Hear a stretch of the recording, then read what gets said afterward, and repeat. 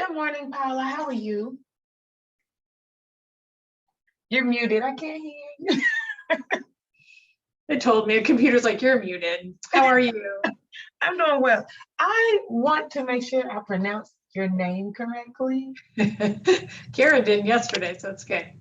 It's Cuccaro. Cuccaro. Okay, thank you. I meant to ask previously, but I'm glad we were able to do that now. I didn't mispronounce it. Tralisa, do you think I should close my blinds to make it a little darker in my office so my computer adjusts? I think we could test and see what that looks like. Yeah, let me try it out.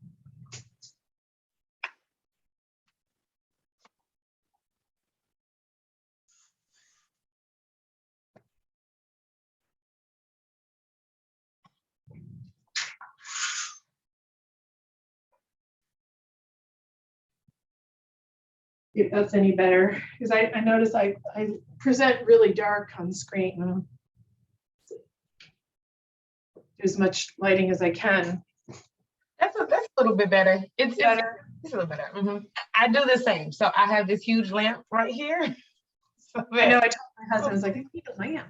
Yeah, because other than that, it's like super dark. So I understand. I have the same issue. Now I feel crazy bright, but it's better than being dark. Too dark to see. Let's see. I wanted to log in early because yesterday I didn't realize I had to like plug in my credentials and everything's like, oh, it's taking longer than I thought. Wait, so were you gonna run your slides or? No, I want you to run my slides, please. Great. I have it. I just wanted to make sure. Yeah, I also I have part of the video queued up for the nurse, some of the testimonials. If I'm going to talk about it, I have like the write-up in the slides, but I do have one of the people that I know would allow us to use their video in other settings. We have video releases from everybody, but or media releases. So I have the young woman who is has a high-risk HPV strain. She's, wow. So, but we'll see. I don't know if we'll have time or not, but I have it in case we want to listen to it. Okay. Well, you have 30 minutes or so. You can go over a little if necessary. No, I don't want to talk. I talk as little as possible. So okay. Normally I make Efrat do these presentations because she's more verbose and she's like, she just talks more than I talk. So. Yeah. What did she do? She did our school nurses lunch and learn. Yeah. Yeah. Now I understand. Normally this is, Rachel's lane. So it's stretching me, but I appreciate it. Hi, Karen. Good morning. Good morning. I know I'm on a bit early, but I don't want to forget. Sometimes I forget to turn it on. No, that's why I open it up early because it's just like, just in case, let's have it open. Even if it's some people may want to open it up and walk away, but just to make sure that it's there, here. Yeah, that it's there when it starts. So Karen, congratulations on getting the renewal of the grant. I think that's exciting. Yes, I'm excited too. So, I put in the chat to you that, so one of the things with All for Them, I think we probably talked to you about it and you've probably seen some of the elements, but we do have the nurses toolkit, which I'm not talking about today, but we built that for the initial project, and we'll probably adapt it a little bit given our experiences with COVID, but it's basically, it provides the elements of our approach for the nurse. It's like the campaign journey for them. So from the, it's like, I told the team, it's like, it needs to be like a wedding planner, where it's like, the first thing you do is this. And then, 2 months out, you do this. in 6 weeks, you send this message out to everybody, you know, so it gives them all of the components, both electronically and hard copy. And then, and it sort of has a step-by-step approach to how to like get a vaccination clinic in your school kind of thing. With all That the would be messages. great. Yes. It would be great if we could come up with some type of a generic plan or template for the state. Yeah, that's a great idea. Sounds like a project brewing in my mind. In our spare time. I was gonna say, yes. When can we do this? Between the real job and the volunteer job and a family in between. Oh yeah, we've got plenty of time for that. I And, know. we always seem to make time, so that's what's important. Absolutely. Yeah, at about 7 last night, my husband texted me and was like, "Do you know when you're gonna come home?" I was like, "I'll be there soon." I'm coming, I promise. Yeah. He's excited because we just got a new pizza oven. He bought, this was like our Christmas present to ourselves. We always buy ourselves something to get, like something for the house as our gift to each other.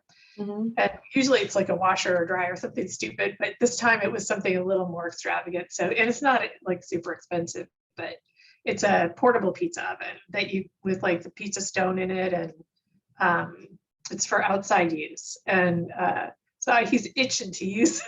So he's like, "When are you coming home? I want to make." That sounds really nice. I know, I see that we have people joining. So if you could make sure that you put your name and organization in the chat box. We will start at 10 a.m. We will start at 10. But thank you for joining this morning.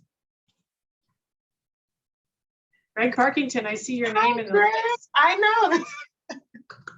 How are you? I looked for you yesterday and you were here. Greg. Hello. Yeah, I had trouble getting on yesterday. I was on phone at first and then iPad, and then I had to leave early for another call. It was complicated, but I'll be here the whole time. Nice to see you guys. Good to see you. Hope all is In well. a different capacity now.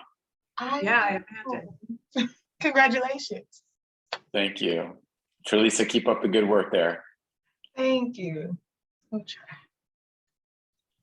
All right.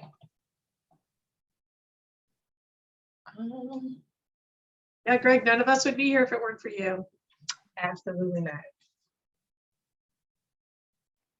Oh, please. I think you guys had this in you. I'm actually just really thrilled to see it from, you just keep them going here from a new angle. It's pretty cool. And also so many new people.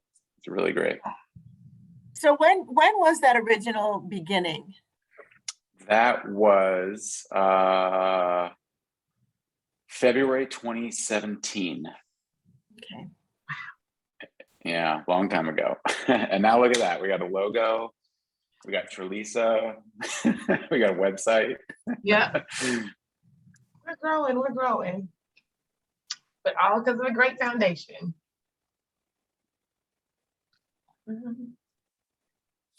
Yeah, I'm excited.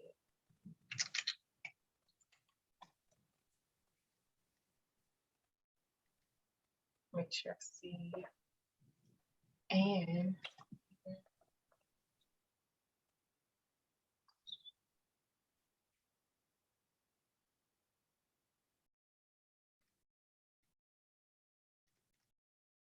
okay, yeah, I do see there are a few people joining. So yes, if you could take a moment to put your name and organization into the chat box. And we'll start in about a minute here.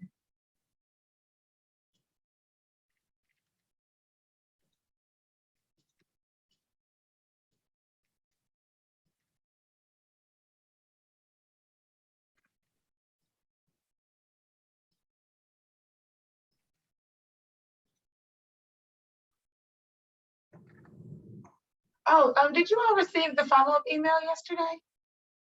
Paula, Karen, anyone who can? Yeah, okay, great. I got a kickback with like 100+ emails kicked back to me yesterday. So I was just like, oh no, I hope they received it. had a colleague ask if they would ever, so will others be able to access any of the recordings? She was curious about our presentation. She works in a health department. Yeah, so they're actually going to be uploaded to our YouTube page. So Okay, great. Once we wrap the summit up, we'll upload them to YouTube and share the link with everyone so that you can access Thank you. them. That just seemed to be the easiest way to share. Everyone uses YouTube. As long as you cut out the pizza oven thing. Look at this long intro. All right, well, it is 10 a.m. and I don't want to belay the time. So we're gonna go ahead and get started. Welcome to day 2 of the 2021 annual HPV Summit, Vaccination Summit, held by the Texas HPV Coalition. My name is Tralisa Hall. I am a program manager here with the American Cancer Society, and I also co-lead the Texas HPV Coalition with my colleague, Rachel Coghlan. We are really excited. We had a great day 1, which was hosted by our provider education work group.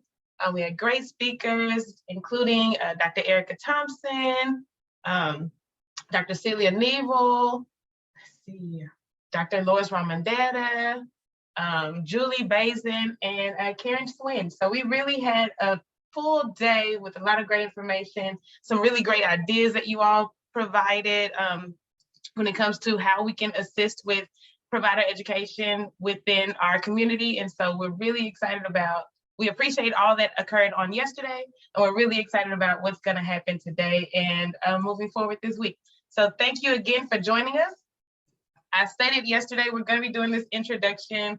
It is the same every day, so I do apologize, but in case there are new faces that join each day, we want to make sure that everyone has a good idea of the coalition, or at least a brief overview of who we are and what we do.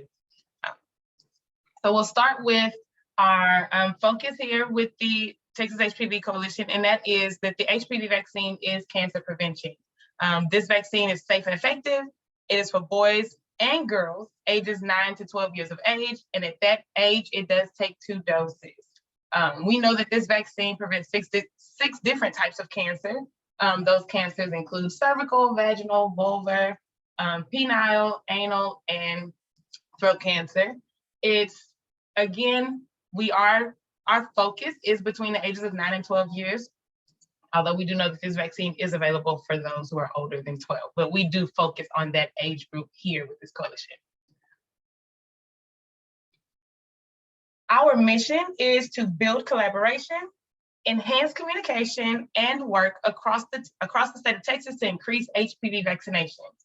We're able to do this through our 4 different work groups. Those are provider education, data and technology, systems improvement, and advocacy and awareness. Now, each day, again, for this summit, our work groups actually took the lead and have planned sessions based around the work that they do. So as I stated earlier, yesterday we had provider education. Today, we're actually going to hear from the advocacy and awareness work group. This work group is actually seeking a work group lead at the moment. So if you work in advocacy and awareness, are interested in joining this work group, or potentially would like to be the work group lead, please reach out to myself or Rachel Coghlan. Our emails, my email I'll provide at the end of today's session. And you can send me an email, let me know you're interested. We'd be happy to have you join us. Some things that this work group has worked on include our HPV vaccination media toolkits, along with working to start a HPV vaccine champion award program. Okay, so those are some things that this work group has been working on, but we are looking forward to next year and starting some new projects and making a great impact on the community and how aware we are of this vaccine. All right, so our composition, we currently have about 75 members on our roster. These members come from various types of organizations. They work in research institutions, they're from universities, nonprofit organizations, such as the American Cancer Society. local health departments, Department of State Health Services, immunization partnerships, health systems, and more. So we really do have a good mix of members here with our coalition. When we evaluated the level of engagement, it's really kind of across the board, the same across the board when it comes to whether or not you are a member, is not engaged at all or fully engaged. And we're gonna work on, the pandemic had a huge impact on engagement. And so we are looking forward to getting a higher number of engagement when it comes to either that medium to high. That's what we would like to see majority of our members with engagement in our coalition in the work that we're doing. So in 2021, our goal, our word that we kind of kept in mind was reinvigorate. We wanted to look into membership commitment, look into our work group priorities, see what our goals were, where there were gaps and how we can fill those. And we're always looking for interested people, organizations who want to partner with us and be active in this work. So some of those organizations that we work with include Texas Department of State Health Services, the Texas Medical Association, Texas Pediatric Society, the Immunization Partnership, MD Anderson, UT Southwestern, UT Health, so many more. There are over 40 organizations that are represented here with this coalition. And these are some of the main ones that we work with and see on a regular basis. Like I stated, we're always looking for interested people who want to be active in this work. And so if you would like to join the coalition, please seek out a leader of the work groups, myself, and we would be happy to get your information and add your name to the roster. Our next meeting is going to be held February 10th at 10 a.m. And we've had our last in-person meeting was actually in 2019. And we would love to see everyone in person again. Hopefully we'll be able to get back to that place. But right now we are gonna have our next virtual meeting February 10th at 10 a.m. And so if you're interested, again, please shoot me an email. I'd be happy to get your information and schedule some time to talk to you about the coalition and what we're doing. And hopefully over the next few days, you'll hear a lot from these work groups, get some ideas and have a feel of where you would like to plug in. All right, so our agenda for today, I've already provided our introduction. We're gonna hear from Dr. Paula Cuccaro on the All for Them project. And then we're gonna hear from Salyer-Caldwell on the immunization collaboration of Tarrant County and some of the great work that they've been doing. We're gonna follow that up with Q&A. So if you have any questions from either of those presentations, please hold on to them until after they're both done. And then we're gonna open up the floor for Q&A. And following that, we will close and provide the information that you guys will need for tomorrow. All right, so Dr. Cuccaro, I'm gonna pass it over to you now. Thanks so much, Tralisa, and good morning, everybody. Thank you to the coalition and also to the Advocacy and Awareness Work Group for inviting me to present about the All for Them program. I'm Dr. Paula Cuccaro, and I'm the principal investigator for All for Them and the other implementation projects that we have that are related to this project that are currently underway. And I have no conflicts to disclose. Next slide. And thank you, Tralisa, for running my slides for me. I appreciate it. All for Them is co-led by me and Dr. Sally Vernon, and is funded by the Cancer Prevention and Research Institute of Texas, as well as ancillary projects that are funded by Be Well Baytown and the MD Anderson's HPV Initiative project.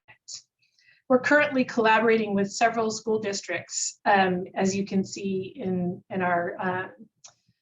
our collaborators here, as well as providers and academic partners on this initiative. Next slide. So the goal of the All for Them is to increase HPV vaccination among youth that are living in and around medically underserved areas in Texas communities. So it is a multi-level program that involves 3 evidence-based strategies. The first approach that we use is a social marketing campaign for parents. So this bilingual campaign promotes empathy and empowerment and is coupled with education and campaign messages that targeted to parents. And we target parents because they're the primary vaccination decision makers in an effort to increase HPV vaccine knowledge for them and to increase positive attitudes and also increase their likelihood of getting HPV vaccination series initiation and completion for their child.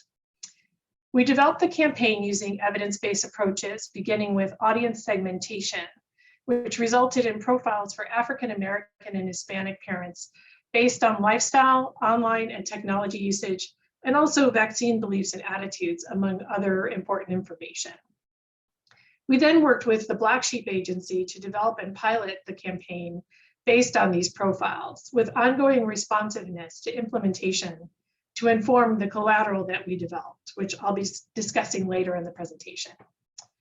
The second strategy is comprehensive school-based vaccination clinics, which are being conducted in participating schools in each of our districts. And those clinics allow young people to get all the vaccines that they need, including HPV. And it's a win-win for us and the school districts because they allow the schools or the young people to get any catch-up vaccines that they may need for school, as well as allowing us to get the HPV vaccine into arms. And then the final strategy is continuing nursing education on HPV and HPV vaccination for school nurses in Texas. Next slide. The goal of the campaign is to reduce the types of barriers that parents might encounter that could impede getting their child vaccinated for HPV. For instance, some parents may find it difficult to get their child to a healthcare facility where low or no cost vaccines are offered for any number of reasons.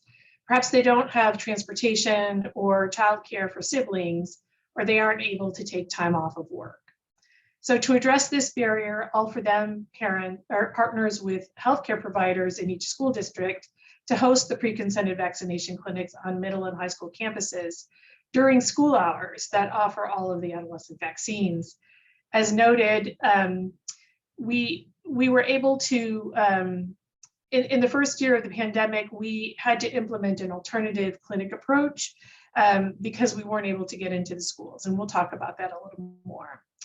Other barriers that that parents may not be aware of the importance of vaccine and may have some misinformation or may be reluctant to talk about the vaccine or get it for their child because they associate it with sexual activity. So to counter these barriers, we use a bundling approach in our messaging, just like providers do. And so when we're messaging to parents about our vaccination clinics, we talk about all of the vaccines, not just HPV. And so bundling reinforces for the parent that HPV vaccine is part of routine healthcare for their children. Next slide. So as I mentioned earlier, the COVID-19 pandemic did force us to adapt our implementation approach. This poor project has dealt with its own share of problems. We had Hurricane Ike just before we started the initial implementation of the very first clinics and had to delay. So we've had our share of trials and tribulations and managed to work it out. So during the beginning of the pandemic, schools weren't allowing visitors into the school. So we shifted from our usual pre-consented clinics to drive-through vaccination clinics, which obviously it required parents to be present. Go forward one more, sorry. Next slide. Yeah, this is perfect. So, we did have that barrier of parents having to be or not having to be present that we wanted to avoid, but this was the only way we could get in to give kids vaccinations. And so we opted for it. So because we weren't able to send printed consent packets home with parents, we had to shift to distribution of materials through electronic flyers to parents. and we relied on the schools to provide electronic reminders and other notifications. We always provide messaging and scripts for the schools with specific language around how to promote the clinics and how to talk about the vaccine.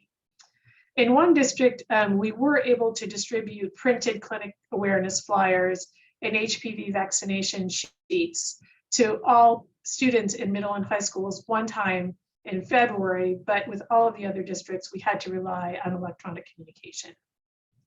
Fortunately, in fall 2021, we were able to move back to our pre-consented approach. Next slide.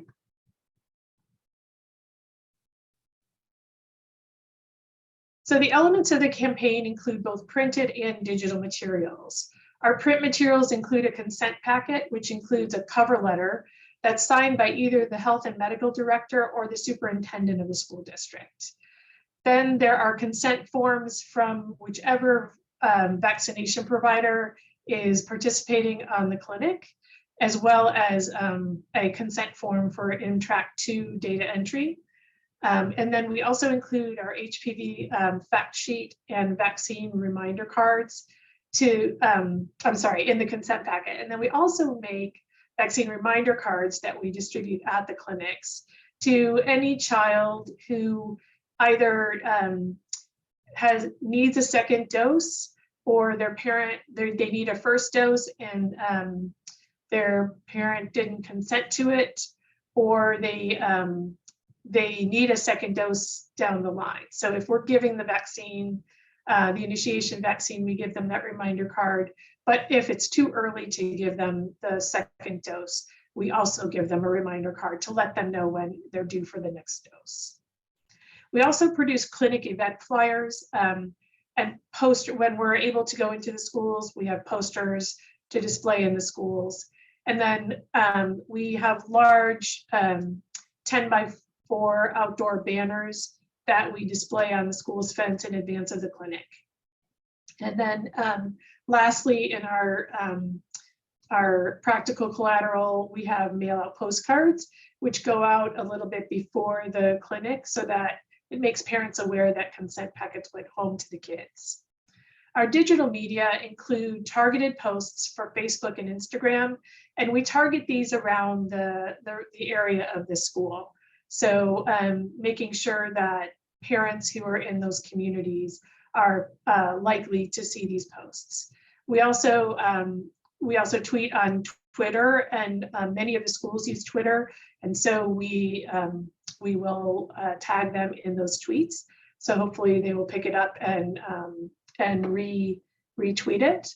And then we have ads on Spotify, and we've just started an ad campaign on Nextdoor within the communities that we're working in. We also have a project website, which is allforthemvaccines.com, and a dedicated project phone number, which are included on all of our materials. The phone line is answered by a bilingual staff member for parents and the public to get assistance with participation in our vaccination clinics, including that helping them complete forms and referrals to other resources if they need it. When we're coordinating a clinic event with one of our participating schools, as I mentioned, we provide them with tailored communication scripts that for conducting their own parent outreach. And we really rely on them to conduct a lot of this outreach. So we give them all of the tools that they would need, including social media posts, outreach for phone or text messages that they could blast out to their parents. And then we encourage the schools to promote the event in as many ways as possible. We ask them to put it on their website, on their calendar, on their marquee if they have a working marquee, which sort of like the ice cream machines at McDonald's often don't work. And we just really want to maximize the reach of the message in whatever ways we can with parents. We want parents to be aware of the campaign and of the upcoming clinic events so that they can take advantage of them, and also so that they can ask us questions if they have any in advance of the event, in case their child does need vaccinations. Next slide.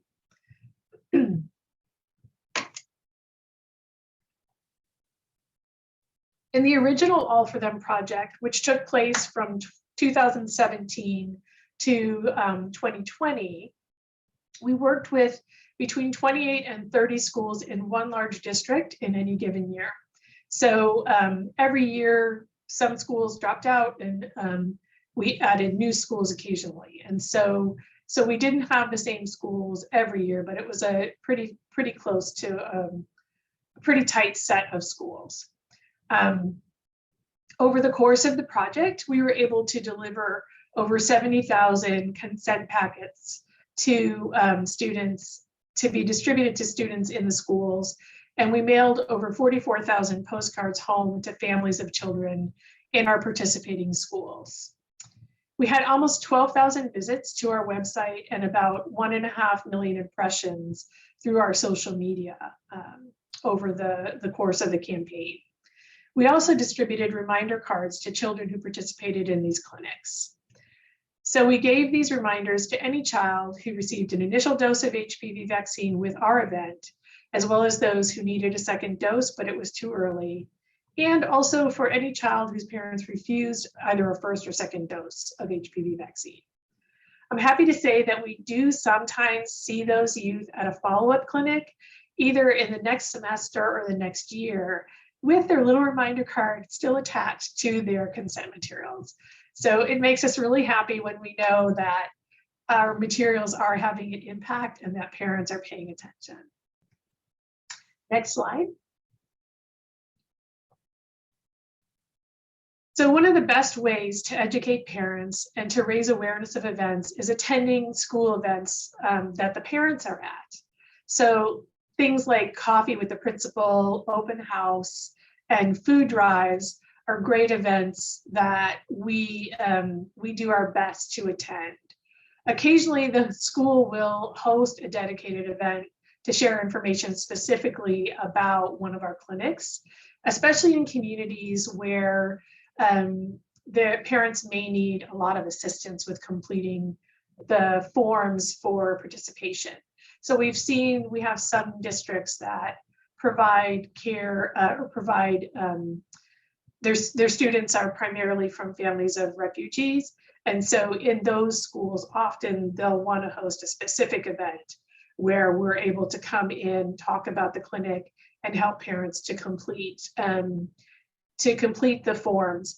And sometimes we'll actually bring some of our international students from the School of Public Health with us to help translate and to help parents to complete the forms. So if we know that we have a very diverse community with multiple languages where, I mean, we present the materials in English and Spanish, but we didn't have the resources to present them in multiple languages. And so it does give our students an opportunity to be part of our outreach and to reach, to be able to talk to people in the community.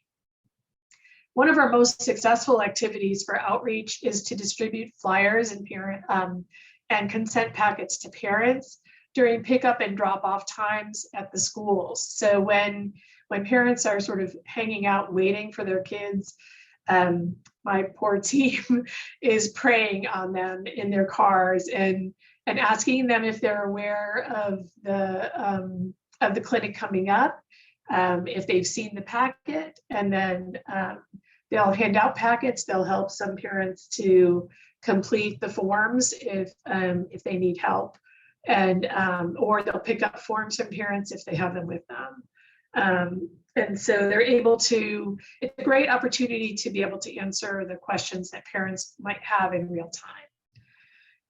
And as ever, the COVID pandemic impacted our outreach activities.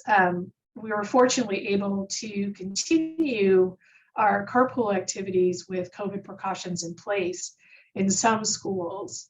And we were also able to participate in some virtual open houses to be able to talk with parents, but we weren't able to do as many of these events as we normally do.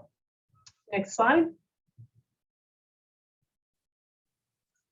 So most of what I'm going to talk about today is about, in terms of data, are about the original project, because we have the best data there, but I will be mixing in data on our expansion grant, and I'll be sure to mention that when I do.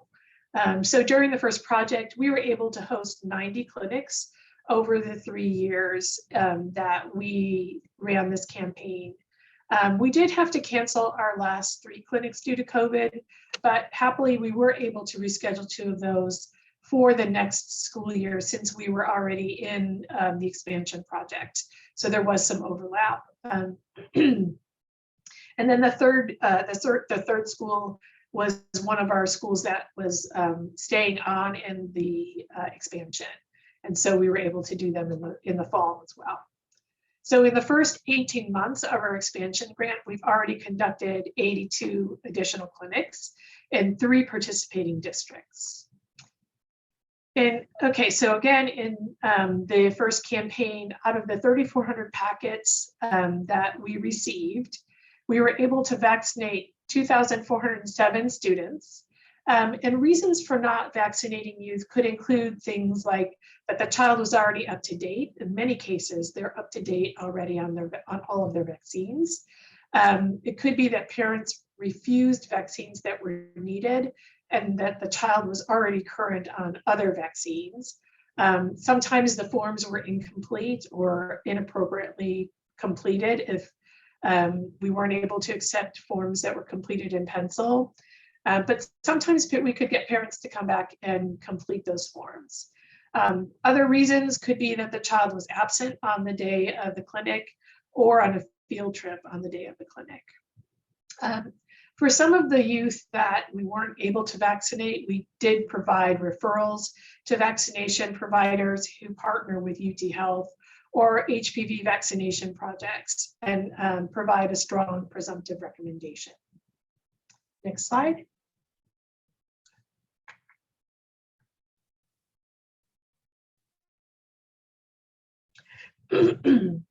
So as we've begun our expanded scope and are working in collaboration with Be Well Communities and MD Anderson HPV Vaccination Initiative, we've expanded our focus on these projects to also include high school students in 2 of our now 4 districts that we're working with.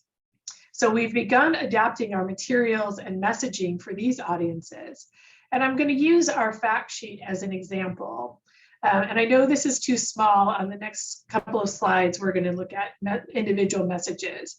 But I just wanted to sort of show you that we've changed the look and feel a little bit. And actually, even the fact sheet that you see here for middle school students is an adaptation of our original.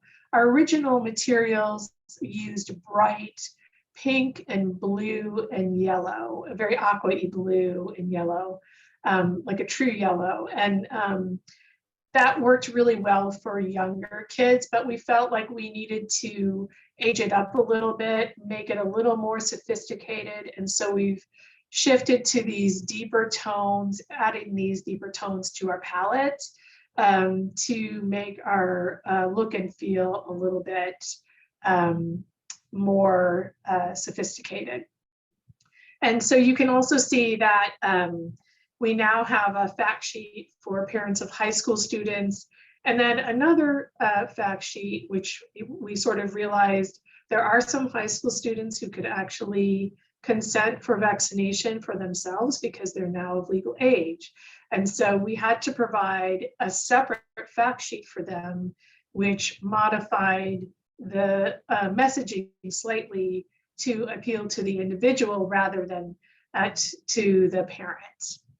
And so, so obviously we wanted to change the look of each of them slightly as well so that we wouldn't mix them up. But we also did modify the messaging for each of them. Next slide. So the changes that we made are subtle.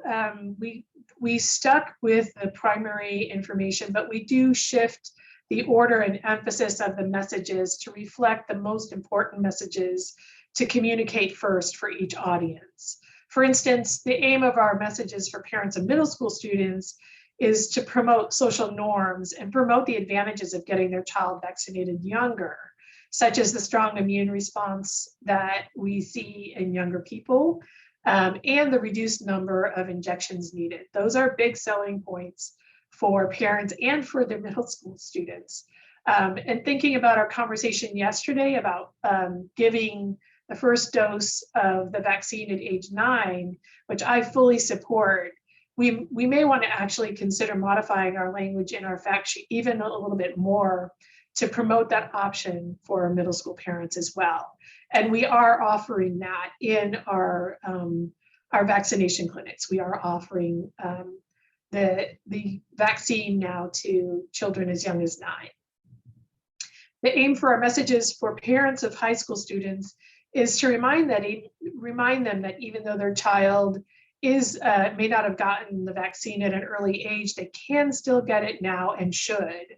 And so for parents, we include in the fact sheet that everyone over the age of 11 should be vaccinated.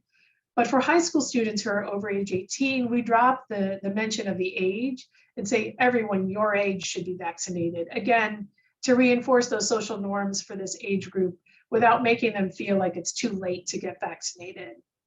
We also wanted to reinforce completion for older youth, since some of them may have had an initial vaccine, and we find often that parents don't realize that their kids need a second or third dose. And so we do need to emphasize completion for these older audiences. And then for all of the audiences, we include the information about effectiveness and safety as well. Next slide. We also added more messages to emphasize long-term health, shifting the language slightly based on the audience. So for instance, for middle school parents, we say protect your child. For high school parents, we say protect your teen.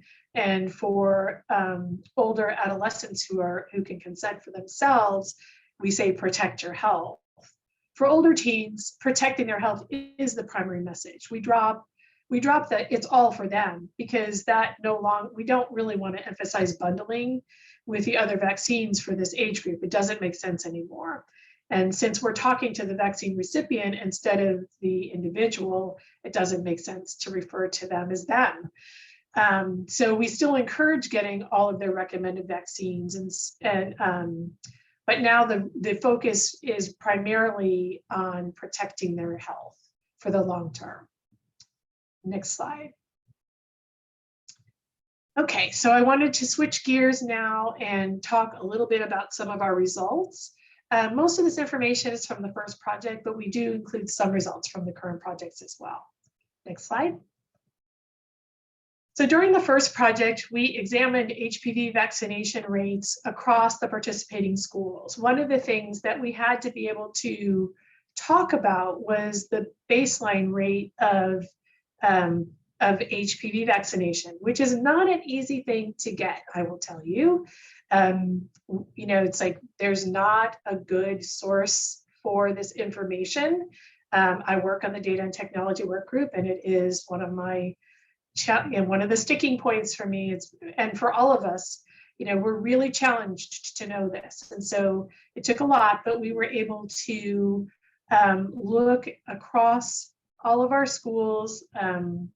We only included in this look the 23 schools who were in the project in all 3 of our school years.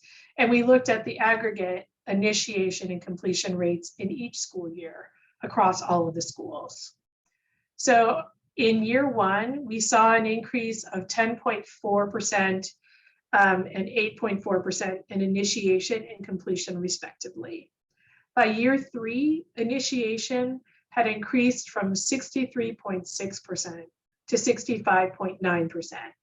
And completion had increased from 24.1% to 37.2% in the participating schools.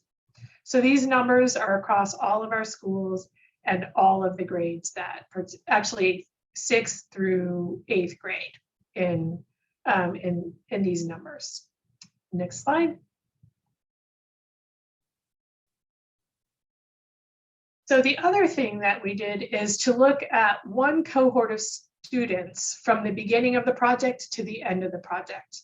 we wanted to sort of look at the HPV vaccination trajectory within a cohort. And so this slide shows the HPV vaccination rates across the same group of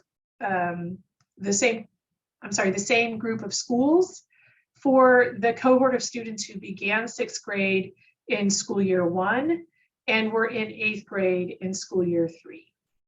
Again, these data include all students who were in the school at each time point, but we didn't control for students coming in and out because this was aggregated data. So that wasn't a priority. It was just looking at the group of students at each of these time points. So by the end of 8th grade, we saw an increase of 26.6% in initiation within this cohort and 36.4% in completion rates in this cohort.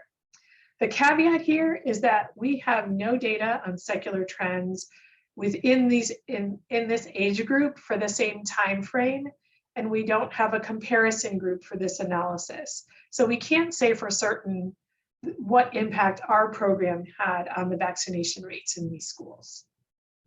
Next slide. So turning to our clinic data, the students who attended our school-based vaccination clinics were primarily Hispanic youth with about, and this is for 2017 to 2020, our first project, with about 20% of the youth being Black or African American and 3% being some other race ethnicity, which included mixed race individuals. We had an even split of male and female students participating in the clinics. And not surprisingly, we saw more 6th graders participate than 7th graders and more 7th graders participate than 8th graders. Next slide. Overall, in the clinics that we hosted in participating schools, we vaccinated a little over 2,400 youth with HPV vaccines coming in a close second after flu vaccine. So because flu is needed every year, we did those the most across the time, but we were able to get many students vaccinated for HPV. We had a very low refusal rate for HPV vaccination. So of the students who participated in our clinics who needed any dose of HPV, we were able to provide the vaccine to 96.7% of those young people. So less than 4% who declined the vaccine. Next slide. So in the expansion project, which began in fall 2020, we conducted a combination of drive-through clinics and pre-consented clinics in 3 school districts. The drive-through clinics were open to all community members, and parents of students were invited to bring siblings to encourage greater participation in the clinics. We knew that there would be challenges with leaving kids home, so we wanted parents to be able to get all of their kids their vaccines at the same time in one visit. And so, so that did encourage greater participation. So through the end of last week, we have vaccinated 1,700 youths, with about 58% of them getting an HPV vaccine. Of those who participated, 1,153 of those young people were from participating schools, and about 71.5% of those kids got an HPV vaccination. 69% of those kids from the participating schools got initiation doses, and 31% received a completion dose. Again, we continue to see a very low refusal rate. Over 95% of those in the partner schools who needed it got their HPV vaccine. We're not able to know for the other young people who are from the community whether or not they need it, how many of the young people needed the vaccine, because we as we are not the providers. Our partner providers collect that data, but we don't collect data on anybody who isn't participating in one of our schools because we have because they don't complete our consent forms. Next slide.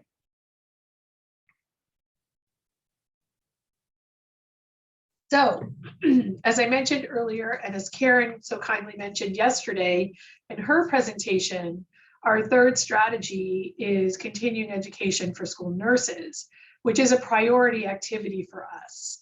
We want to make sure that nurses recognize how critical their role is in the vaccination process. Next slide. So in this course, participants learn about about human papillomavirus. Many of the nurses, we found many of the school nurses weren't familiar with HPV because it isn't a required vaccine, and so they weren't current on current HPV knowledge. And then we also give them information about the vaccine and why it's important.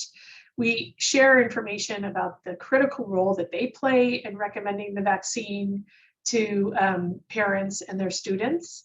And then we also provide effective strategies for communicating with parents about the vaccine. We give them steps for becoming an HPV vaccination champion. And then we also reinforce, because I'm on the data and technology work group, we reinforce skills for entering that HPV vaccine, as well as the other recommended vaccines, into the district immunization record. Record keeping is so important for not over-vaccinating these young people. And so we really wanted to get nurses on board with making sure that they're entering this data, because often they don't, knowing how busy they are. And then finally, in our newest version of the continuing education, we have added testimonials from school nurses and also from HPV-related cancer survivors. So we've offered this education course 3 times over the course of the project and the expansion.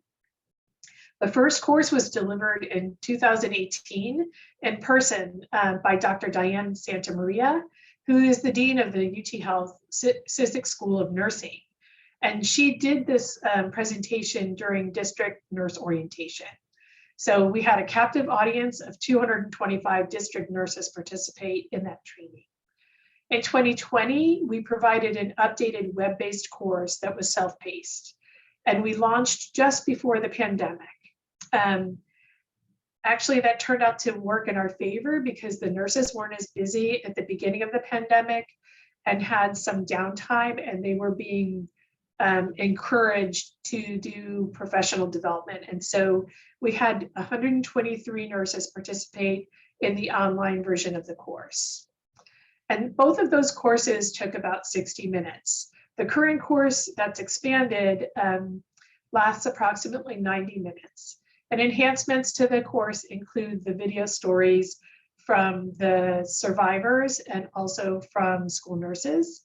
We expanded the content on HPV and HPV vaccination and updated it. We provided case-based scenarios for skills training on communicating with parents. We added content on flu vaccination, and that was in partnership with the Texas School Nurses Organization and Texas Pediatric Society. Next slide. So I didn't know if I would have time to show video, and so we wanted you to just get a flavor of some of the testimonials that we heard from survivors. So these testimonials are very moving and powerful. And I have Lois Raymondetta to thank for wanting to include this, because the first time I sat through one of the meetings that Lois planned here in Houston, the survivor stories stuck with me and really hit home. And so we realized that this would be really beneficial for the school nurses and give them more ammunition for their conversations with parents. So we have a video compilation of excerpts from 6 individuals, 2 anal cancer survivors, 2 oropharyngeal cancer survivors, 1 cervical cancer survivor, 1 individual who has anal papillomas, and another who is positive with a high-risk strain of HPV. The last 2 are young people, and their stories are really really moving. So I did want to share a few snippets of their stories with you here. So they shared their journeys from diagnosis to treatment and provided also some thoughts for the nurses taking the course. So in terms of treatment and experiences on their journey, YL shared, I was grieving. I grieved because I couldn't have any kids. I grieved because I lost these body parts that no longer were part of who I am or who I was. And, you know, I grieved because I didn't know how my life was going to be and if this was ever going to come back again. A said, I had a very rough time, and that's something that I'm going to have to deal with for the rest of my life. The trauma of these surgeries and the social trauma that comes with it. And now, I mean, I feel as if I'm at high risk all the time and growing older for some type of cancer. And KW shared, at the end of my treatment, it was really difficult for me to walk on my own out that door. I was so weak and in so much pain. I wasn't eating much because, you know, when you have pelvic radiation, it's an input-output thing. And it's a little gruesome to talk about, but you know, you really don't want to have to go to the bathroom because it's like you're passing razor blades. Next slide. And finally, the survivors shared their messages for the school nurses. I think this is probably one of the most important things, was for them to be able to speak directly to the nurses taking this course and really promote that it's really important. Like, if you can cure cancer by a vaccine, you need to do it. Like, you know, like we would have all had this shot if we could have. So the other thing is that we received wonderful testimonials from 4 fabulous nurses who shared their support for the vaccine and their recommendations for how to talk to parents, as well as encouragement to nurses to become a champion for HPV vaccination. Next slide. So in our course that we did in 2020, we asked nurses to complete a pre-test prior to taking the continuing education course and a post-test a month after they completed the CNE. We wanted to be able to see if they had implemented any of the strategies that they learned in the continuing education. And so I wanted to share some of those results with you briefly. So we asked nurses the following question. As a school nurse, to what extent do you think the following are barriers you face when recommending that your students get the HPV vaccine? After taking the course, we did see a shift in the extent to which certain factors were perceived as a barrier. For instance, the number of nurses that reported vaccine knowledge level, or I'm sorry, HPV knowledge level was somewhat of a barrier or a minor barrier, dropped by 10.4% and 12.2% respectively. And 56% of nurses no longer felt that their knowledge of HPV was a barrier to recommending the vaccination for their students. We saw improvements in the number of nurses who understood the dosage schedule. In the post-test, over 68% of nurses no longer felt that this was a barrier, which was an increase of almost 20% from the baseline. Confidence in addressing parental concerns rose from about 32% not perceiving it as a barrier to more than half not seeing it as a barrier. And happily, very few respondents felt that it was a major barrier, only 1.5%. But we still have work to do here, given that half of the school nurses still don't feel completely confident that they can address parents' concerns. As we look at our data in the new CNE course, we'll be monitoring this, because part of the reason that we added more opportunities for nursing practice conversations with parents is to really be able to give them more tools to do that. And hopefully seeing the survivor and nurse testimonials will also help them to remember those stories and information that they can use when they share with parents. So similarly, about 20% no longer felt that being able to address a parent's specific COVID concern was no longer a barrier. And so after the training, we did see improvements in nurses' confidence in providing a strong recommendation, with over 58% of the nurses saying that this was not a barrier, and only half or 1.5% of nurses still feeling like this was a major barrier. But again, we still have work to do here to help the remaining 40% of nurses feel confident that they can provide a strong recommendation. We also got really great feedback from the nurses about how the CNE helped them and how they're planning to use the information, including nurses who are planning to get vaccinated and advocate for their students to get the vaccine, those who said that the information helped them to modify their approach to talking to parents and shifting to a bundled recommendation. Next slide. We also took some of the comments that we received about the changes that nurses are intending to make and coded those to see which of these were most common. And so these are in the order of frequency of response that we got. As some nurses noted in their comments that they had already made these changes, and so we're happy to see that that some of the nurses were actually actively implementing some of the changes that they intended. You can see the top changes the nurses were planning to make were to communicate with parents about the vaccine, which indicates to me that they weren't already doing that, to encourage early vaccination, and also to use a bundled approach in their messaging. The nurses also plan to provide more educational resources and happily improve their vaccine record keeping.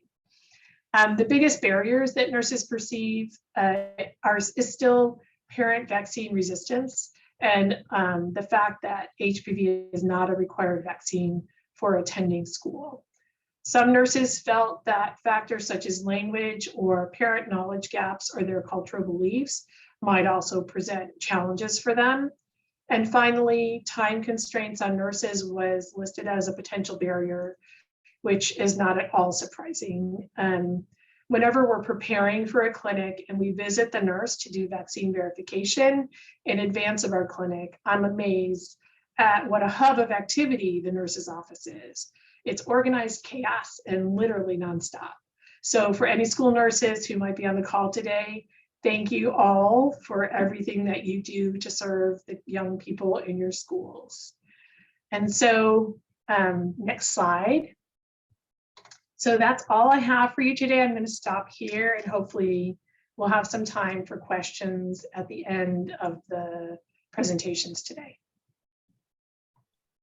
Wonderful. Thank you so much, Dr. Cuccaro, for such a great presentation on all the work that you all have been doing with the Offer Them program. I do want to, if you do have any questions, please hold on to them. We are going to go ahead and move forward and hear from the Immunization Collaboration of Tarrant County. So Ann Salyer, are you here? Can you hear me? I know you're here. Yes, ma'am, I hear you. Hi, okay, so we're gonna go ahead and move forward, and following Ann's presentation, then we'll have a Q&A period for both of our speakers today. Okay, Thank you, Tralisa. And that was a great presentation. I really enjoyed it.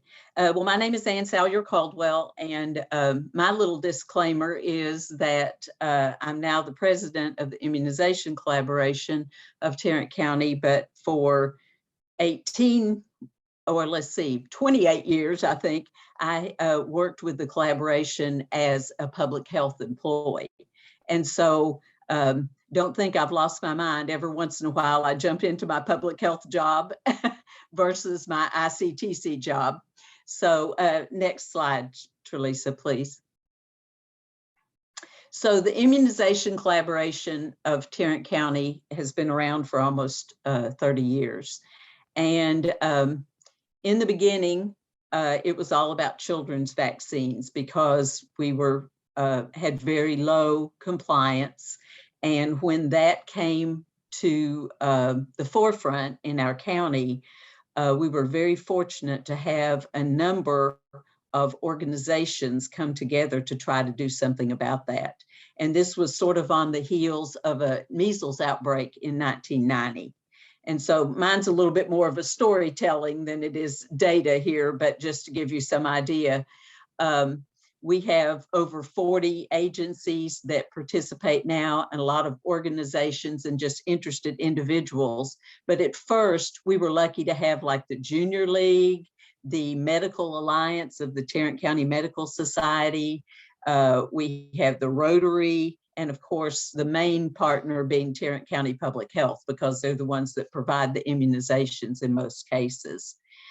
The strength of these collaboration partners has really been what's kept the collaboration alive through all of these years.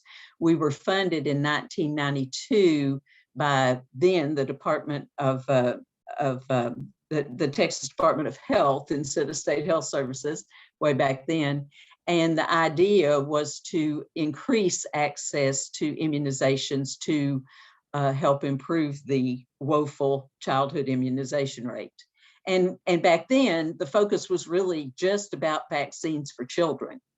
And so we were funded, one of 8, I think, health departments had funding to develop outreach teams. And the outreach team that we developed, I think, is the only one left in the state, but it helped to sort of be the catalyst for growing the immunization collaboration.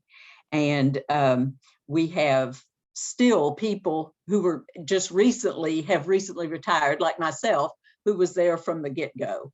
And so it's really been awesome to be able to share the stories of how the collaboration has made an impact through the years. Next slide, please.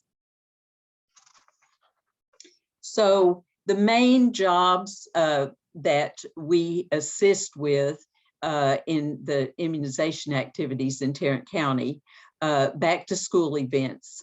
This was this is our signature month of August, where we work all across the county to provide immunizations for everyone who failed to get their immunizations when those fine school nurses sent all those notices home.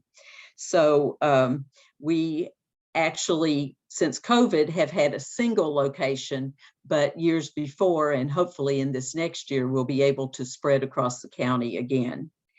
The school vaccines, Paula mentioned those, of course, in her presentation.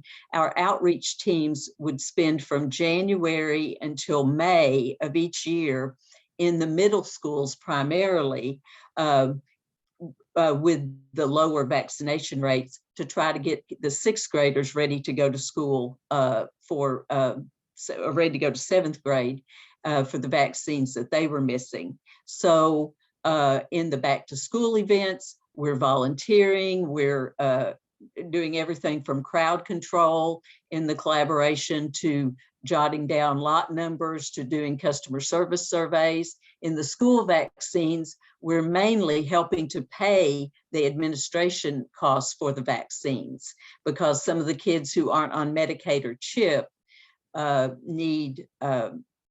we figure it's a barrier if the parents have to send some money to school on top of the consent form. So it's like, get them to fill out the consent forms, and HPV is always in there, as well as the other required vaccines. So that's what goes on and how we help in those months in the spring. And then advocacy and education.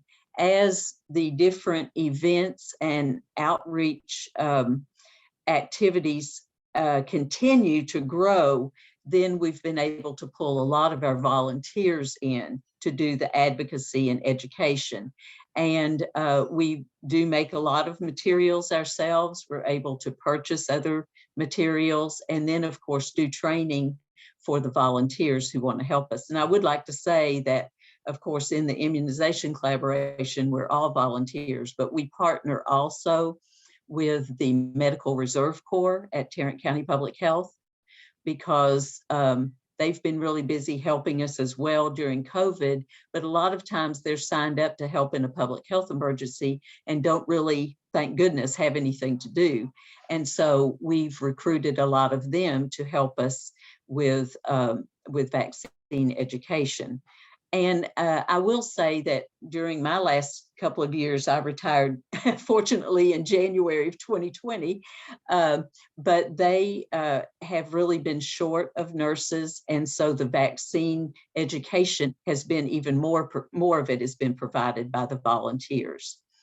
And I would to say as well that we try to be active at the state level for vaccine advocacy, and really find that just in a state, in a county as diverse as Tarrant County, we have plenty of battles just locally about vaccine, because we unfortunately are one of the highest declination areas for vaccines. So we have a lot of work to do here locally.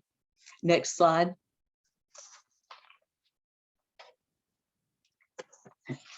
So these are some pictures from our most recent event. When COVID happened, it's like, well, how in the world are we going to help kids get ready to go back to school? And of course, at the time, we didn't even know what was going to happen with the schools. But we knew that a lot of people had not even gone to their doctor's offices because they were afraid of COVID. And so we actually saw that there was a pretty big need. We were able to rent like 20,000 square feet in a mall in West Fort Worth, and it allowed us to do our social distancing that we needed to do and keep things really clean, because believe me, before COVID, everybody was packed like sardines into these events. And so it was really important that we had a safe place for people to be. When the collaboration first started, we had mainly babies and toddlers we were seeing, but as Medicaid expansion came along, they typically were getting cared for in a medical home. And so we were really needed to help the schools get kids ready to, to start their next school year. And so that's why a lot of the people you see here are school age. That's our main focus. We went from just going all over Tarrant County into apartment complexes. We had shots at the zoo for like 5 or 6 years. And that got us enough notoriety that we finally got a van that Blue Cross Blue Shield bought for us. And so we were able to go around and look a little bit more like business back in the 90s. But now we've gotten a lot more sophisticated, thankfully. So in our event, what we did, next slide, please, Tralisa. This was in 2020. And I just wanted to kind of show you to compare what happened. We started out with the school vaccines in January and February, but they tailed off because of COVID. And frankly, the outreach teams haven't been able to get back into the schools this spring, or January is when they'll start again. But we decided to be open longer because we thought a lot of people needed to come in for vaccines. We kind of found out that for back to school event, nobody cared about back to school until August, because they were kind of trained for that. So the people we saw when we opened in July were mainly babies.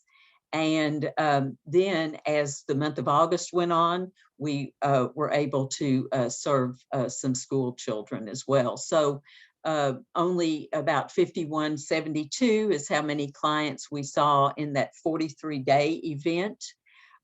So we thought we were doing the right thing. As far as I know, we were the only people who even did a mass vaccination event in August of last year. But then we did another mass vaccination rate this year. And before we got to the mass vaccination rate, we, of course, had been helping the health department with COVID vaccine throughout the year. So if you'll go to the next slide, you'll see that we saw a lot more people in only 23 days this year at our back to school event. And we always, whether it's at a school event, as I mentioned, or whether it is at the in-school events or at the back to school events, we always offer the HPV vaccine. I would say, though, that school districts everybody has a different approach to HPV vaccine. And we actually had one school district that asked us not to come back because we offered the HPV vaccine. And in light of trying to help the kids get ready for school, we even offered, okay, if we drop the HPV vaccine, would you, they said, no, we just don't want to deal with it now, you know. So we were out of that school district for about 4 years, but fortunately we're back in and they don't make a big deal about the HPV vaccine now, but that was a learning experience for us for sure. Next slide.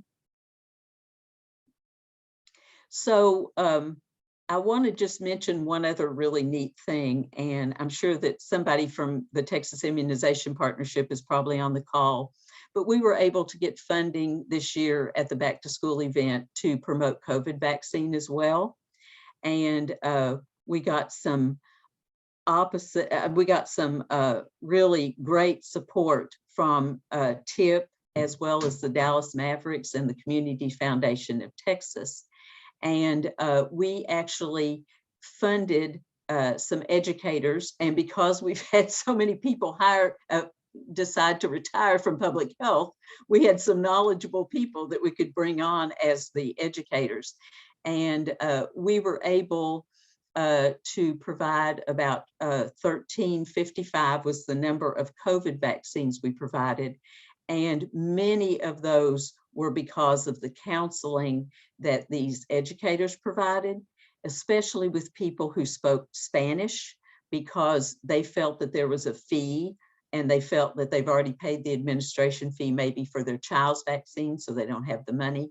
So we did a lot of education about the fact that the vaccine was free, and then some concerns that people had, we tried to dispel them. So we felt that we were able to be pretty successful with targeted focus on COVID vaccine. So I just wanted to mention that as well.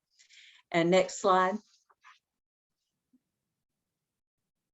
Now, in the I believe it was 2016 and 17, we received a grant from the National Association of City and County Health Officials. Now, this grant actually was awarded to Tarrant County Public Health, but they, you know, a major partner, of course, is the immunization collaboration.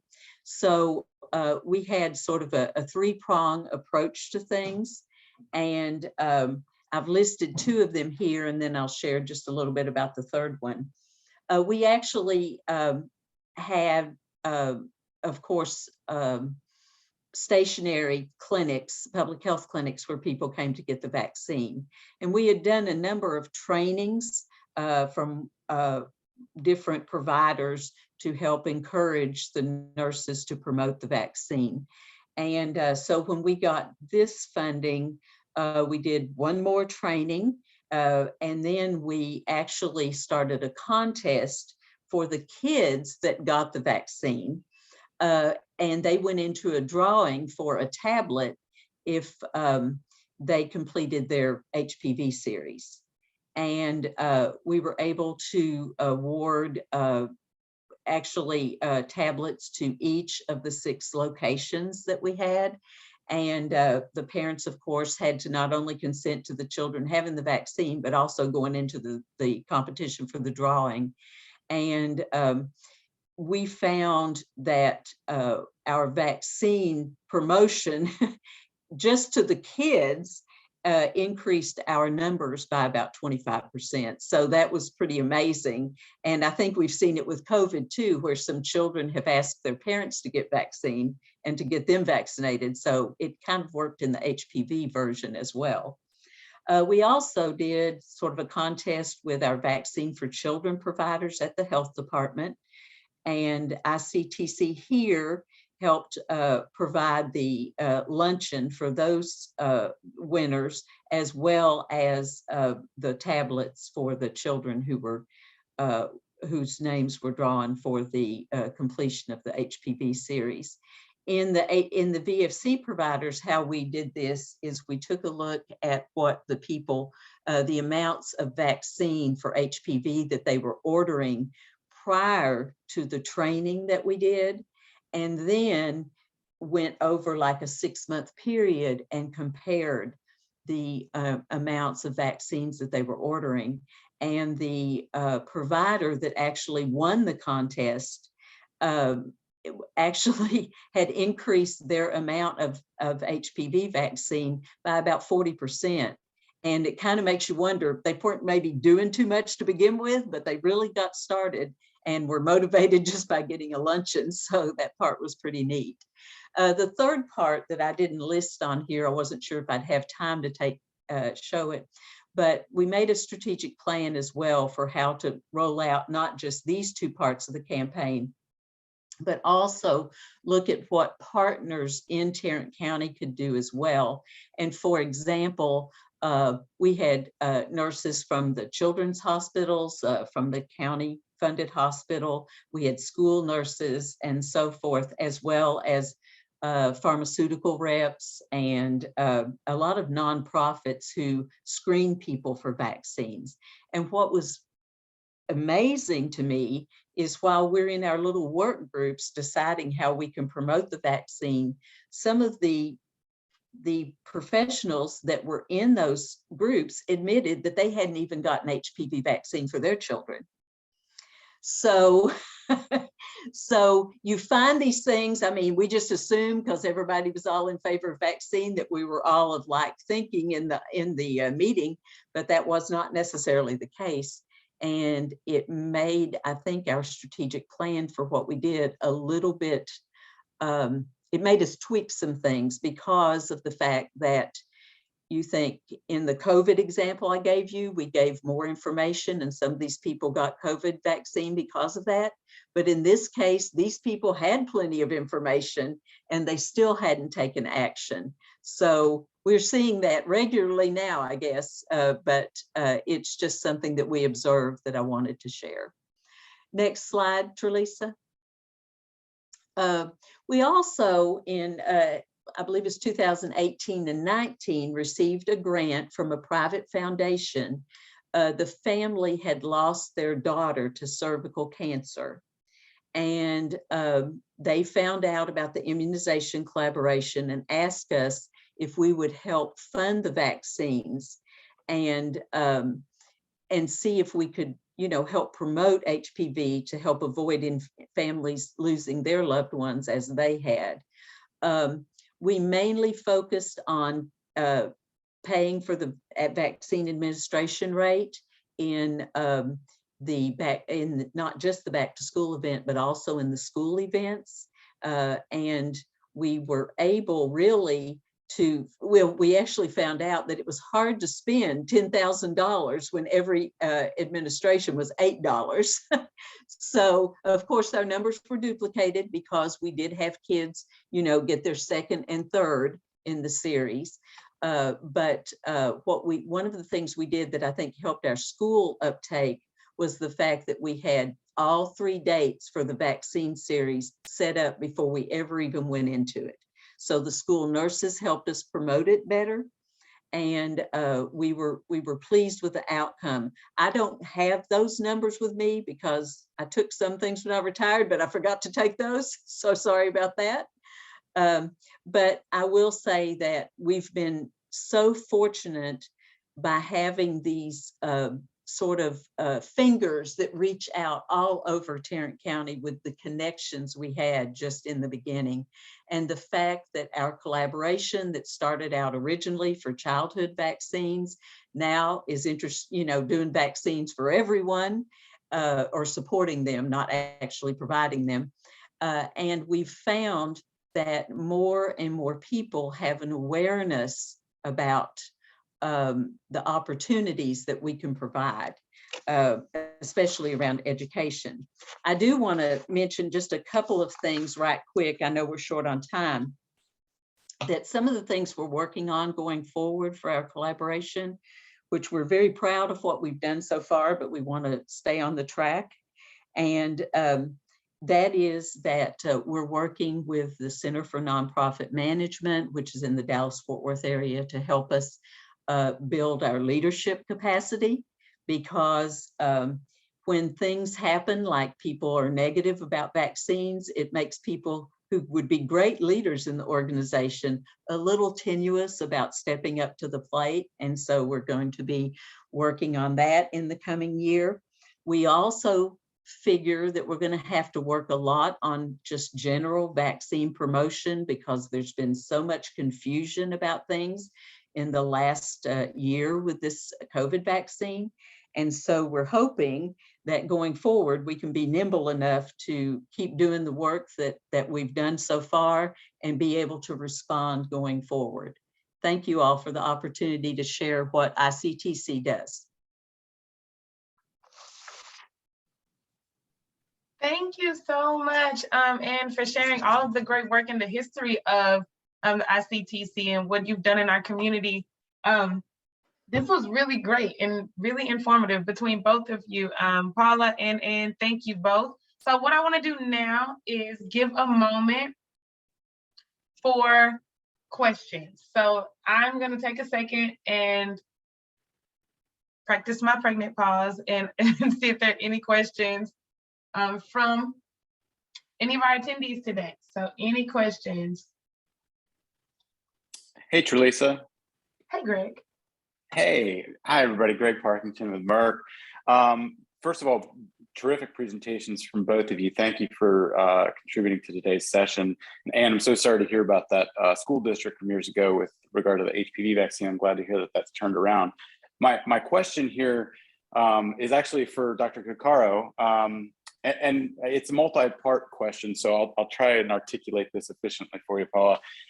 First of all, I'm curious as to what, honestly, very beautiful collateral there, very well thought through project, and really impressive to see the results over these number of years as we followed that work from your team.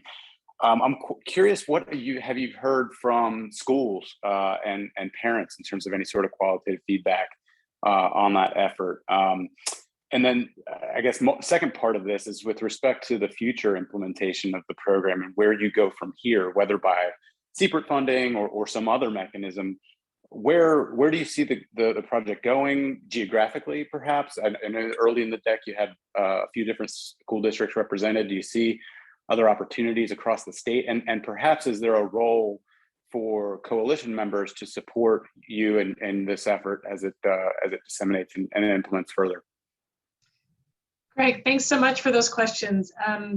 So in terms of the first part, which is sort of what have we heard, I think, so we've gotten really positive responses from school districts and parents. I think the way the material presented is non-judgmental, and our team is also trained when they're talking with parents or with the school staff to sort of be, very neutral. And so we've had really good responses from folks, and we've actually even had, when we've had resistance from parents who don't want their kids vaccinated for HPV, and we spend the time to educate, we've had some of them come back and get their kids vaccinated and actually bring other kids that needed, like their other siblings with them. So we've had some really good response to the way we approach the messaging and to the look and feel of the campaign. In terms of where we go from here, we're definitely interested in expanding out. So I think one of the things I probably forgot to say is that our school nurse continuing education this year is statewide. We're offering it to all school nurses across all districts. It's not proprietary and it's not intended to be. And the districts that we're currently working with are in some in the Houston area and also in actually Tarrant County. And so our other two districts are in North Texas and or in the Fort Worth area. And so we would love to expand. We've had a conversation with Tralisa and Rachel about some of the work that they're doing at ACS and looking at some of the districts that are represented in the 26 counties in the work that they're doing, but the goal would be to expand this. And so one of the things that we were talking about before everyone jumped on the call was we have a school nurse toolkit, which we developed as part of our sustainability materials for the future. And it's designed to sort of walk the school nurse through the steps of getting vaccination clinics in their schools. And it provides all of the collateral that they would need, including all of the messaging materials, and with electronic files to produce all of the materials that they want. And we're happy to share those materials with other districts. I know my team is tired from doing the work that they're doing. And so we're sort of stretched across our 4 districts, but we would love to find opportunities to expand this work across other schools and districts in other communities, and look for ways to sort of disseminate this in a way that it's usable for other communities. Thank you. That's great to hear. I'm sure hopefully folks here are interested in reaching out to you. I know if I come across anybody, I'd love to make that connection. Great, thanks.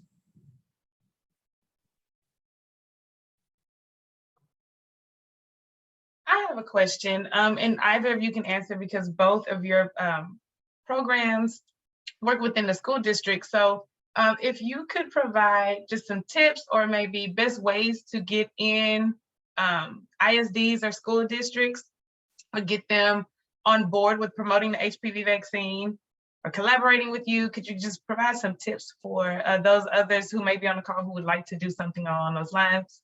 Can be kind of difficult to get into a school district. So if you could, both of you, provide some tips that we could use in order to continue that work. Well, I'll offer up the fact that we don't really lead with one thing. And so we have found as the collaboration, I mean, from the beginning, everybody said you just leave your name tag at the door. And so we have found that we're much better off going to the schools and asking how we can help them. And because we know that they have a problem with keeping kids up to date with the vaccines, and they don't want to have to exclude the kids until the vaccines are completed. And so my feeling is you come in with a way to help them meet the requirements they need to meet and put the HPV in with it, because that is the way that it's really worked for us. Even when we had those special funding, we didn't lead with HPV. We just said, hey, we're here to help you. How can we help you? And also being able to make sure that whatever you do in the schools does not take much time, because they can't have these kids out of class. And so the parents, as Paula said, the parents, they fill out the consents. The nurse talks with the nurse that's coming from the health department in advance. Everything is planned out, so it works very quickly when they're there. And that way you're not taking the kids out of class. And really it's all about, in the end, they're thanking you for being there, and you win too. Yeah, Anna's spot on. So we use bundling for everything. And so the message to the schools is, we can help get your kids up to date on the vaccines that they need, and all of the vaccines that they need. And so we sort of stick with that messaging even with our district, and when we're approaching a district, and then when we're talking to the nurses and the principals in the schools. So definitely having the conversation with those 2 leaders. So it's every district is different, and so you sort of have to approach things a little differently. The first district we worked with, they're a very each of the principals sort of has a lot of autonomy, and so it's not a top-down organization where the superintendent or the director of health and medical comes in and says, this is what we're doing, you guys have to do it. It's like, you can do this if you want, you have to talk to each principal. And if they're willing and the nurse is willing, great. And so we usually try to have conversations with those two individuals about, what we do offer, excuse me, and we run through the program. And as Anne said, we absolutely make it clear that this is low burden for them. Like we deliver consent packets, they bring them back, the nurse collects them, but she doesn't have to review them. We do that. The only thing we ask is that she prints the records for us. So she has to print MTRAC and the school's vaccination records so that we come in and do vaccine verification in advance of the clinic. And then we also, through our funding, within the district, we hired a nurse coordinator who can facilitate with those nurses. And so in each district, she goes in and, or he, if it's a he, but that individual then can help with checking to make sure that they've entered the data into their system, helping with printing records if the nurse doesn't have time. And so in advance of our meeting, she can meet us there and give us those records. And so doing as much of the work outside of the school as possible, and then finding the right people to do the different pieces. So when you're talking to them, not asking the principal to post things, but saying, can you give us the contact person for your communications team so that we can communicate directly with them and share the messaging. And so you keep the principal in the loop, but you don't require them to do the work.